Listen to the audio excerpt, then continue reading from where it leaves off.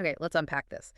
Have you ever looked down at some tiny, completely harmless looking little bump on your body, a wart or maybe a skin tag, and just thought, why me? Hmm. What if those little things, those imperfections, weren't just random decorations your body decided to sprout? What if they were actually, I don't know, a flashing light on your internal health dashboard trying to tell you something important? That's what we're doing today. We're doing a deep dive into these super common annoyances. And we're not just looking for the quick fix, the cream or the patch, though, yeah, we've got a fantastic kind of weird two-ingredient cocktail for that coming up. But we really want to figure out how to stop them from ever coming back. Because it turns out a wart or a skin tag, it's often just the tip of the iceberg. It really is, and it's fascinating because people get so fixated on just getting rid of the thing on the surface, they completely miss these, systemic signals the body's practically yelling at them. Yeah. Okay, so let's start right there. For anyone maybe staring suspiciously at a bump right now, they can look kind of similar sometimes. What's the fundamental difference? Wart versus skin tag. Well, they come from totally different places. A wart means you're dealing with a virus, specifically HPV, the human papillomavirus. And because it's viral, your immune system is right in the thick of it, trying to fight it off. Right, that makes sense. Viral means immune system involvement. So why is cutting it off, which feels like the most obvious move, actually the worst thing you can do? Because you're dealing with something infectious, right? If you scratch it or cut it or irritate it, you're basically giving that virus a free ride to spread to the skin next door. It'll often cluster. Your best bet is supporting your internal defense, not attacking the surface. Got it. Okay, so warts, viral warfare, don't help the enemy spread. What about the other little guy, the skin tag? Skin tags are usually different. They're typically just little growths of benign tissue. They tend to pop up in places where there's friction, like the neck, armpits, under folds. The immune system isn't usually the main story there. Skin tags are really more about, well, something driving excess growth. Ah, okay. And that growth story, this is where it gets really interesting, isn't it? If a skin tag is about growth, what's the hormone we need to look at? Yeah, this is key. We have to talk about insulin. Everyone knows insulin for blood sugar, but context matters. Here, it's also a major hormone that tells things in the body to grow. So when someone's insulin levels are chronically high, it's constantly sending out this grow, divide signal, and boom, you're much, much more likely to see these little skin tags showing up. And suddenly the light bulb goes on. That explains the statistics, right? Why you see way more skin tags in people who are overweight or have diabetes. And also, critically, women with PCOS, polycystic ovary syndrome. That's fundamentally linked to high insulin too, isn't it? Precisely. But it's not just high insulin. The deeper issue is usually insulin resistance, or IR. What happens is, if you got high insulin all the time for a long time, your cells start to, they start to ignore the signal. They become resistant. It's like a defense mechanism. Like hitting snooze on an alarm clock over and over until it barely registers. Kind of, yeah.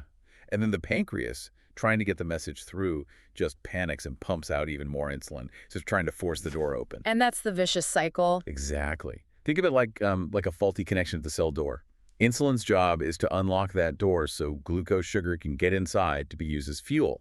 If the cells are resistant, they can't get that fuel properly. The glucose stays stuck outside. So the cell is starving even though there's fuel available, and brain cells need a lot of fuel. So you end up with brain fog, memory issues, concentration problems. You can definitely contribute to that, yes. Sure. Especially over the long term. Some research even links severe long-term IR to things like early dementia because the brain isn't getting fueled correctly. Wow. Okay, so that little floppy skin tag under my arm could actually be a tiny flag saying, hey, your brain might be running on empty. That's kind of alarming. It's a potential signal, absolutely. Yeah. But more directly, for the tag itself. Yeah. All that extra insulin, that constant growth signal, that's what built the skin tag. It's a surface sign of a deeper metabolic growth issue. Okay, so the problem is the body can't handle the fuel. It's getting usually too many carbs eaten too often. So the immediate fix. Yeah. You have to switch the fuel source, right? Give it something it can use. That's the elegant solution. You basically stop overwhelming the system with the fuel. It's resisting the glucose from carbs, and you give it an alternative it can handle efficiently right now. That means focusing on fatty acids and ketones. And this is brilliant because it solves multiple problems at once. It's like killing 3 birds with 1 stone. It really is. So, number one, by cutting way back on carbs, you lower the need for high insulin. That starts to fix the insulin resistance itself. Number two, You give your brain the fuel it actually prefers and can use easily right now, ketones. And number 3, you turn down that constant growth signal from the high insulin, which stops the skin tags from forming in the first place. You remove the trigger. And how do you actually do that? It sounds complicated, but the application is almost ridiculously simple. It is. You just lower your carbohydrate intake significantly. And, just as importantly, you eat less frequently. Intermittent fasting. Exactly. Giving your body longer breaks without food dramatically helps normalize insulin levels. It hits the root cause for the skin tag and helps with all those related issues like PCOS, diabetes risk, weight management. Okay, that makes perfect sense for tackling the root cause of skin tags, the growth issue. Yeah. But let's rewind. Warts were different. That was the virus, right? The sneaky HPV. All right, let's pivot back. The war story is about viral sabotage. We know it's HPV, and these viruses are smarter than we give them credit for. They don't just randomly pop out when you're stressed. They have specific tactics to weaken your defenses so they can thrive. So yeah, the virus often comes out of remission, causing warts when your immune system is compromised. Stress is one trigger. High insulin definitely dampens immunity. But there's another big one, often overlooked, a lack of vitamin D. Vitamin D. Okay, I think bones, maybe mood, but fighting off warts, how does that work? This is the really surprising part. Research shows that certain types of HPV, especially the high-risk ones like types 16 and 18, they actively downgrade your body's vitamin D receptors. Wait, hold on. The virus messes with the hardware. It makes it harder for your body to even use vitamin D. That's sneaky. Incredibly sneaky. Vitamin D is a really potent antiviral compound. It's crucial for putting viruses like HPV into long-term remission and just generally keeping your immune system in check. So if you're getting recurring warts, chances are you might already be low in vitamin D, and the virus is basically exploiting that weakness and making it worse. Ah, and that totally explains the seasonal thing, why people tend to get more warts in the winter. Exactly. Less sun exposure means lower vitamin D levels. Your natural defenses dip, and the virus sees its chance. So having enough vitamin D isn't just helpful, it's like a primary weapon to keep these viruses locked down. A really key weapon. Studies strongly link good vitamin D levels not just with wart remission, but also with reducing the risk of HPV-related cancers. It's a vital immune shield. Okay, so practically speaking, what does this mean for you listening? If you live somewhere without year-round strong sun, especially in winter, diet probably isn't enough, is it? Very unlikely. To really get levels high enough to make a difference immunologically, especially if you're dealing with something like warts, you might need to consider supplementing. We're talking potentially higher doses than people think, maybe 10,000 to 20,000 IUs of vitamin D3 daily, especially during those darker months. It gives your body the ammo it needs. Right, get the internal defenses sorted first. Okay, we've covered the deep stuff, the metabolic fix for tags, the immune boost for warts. Now, the fun part.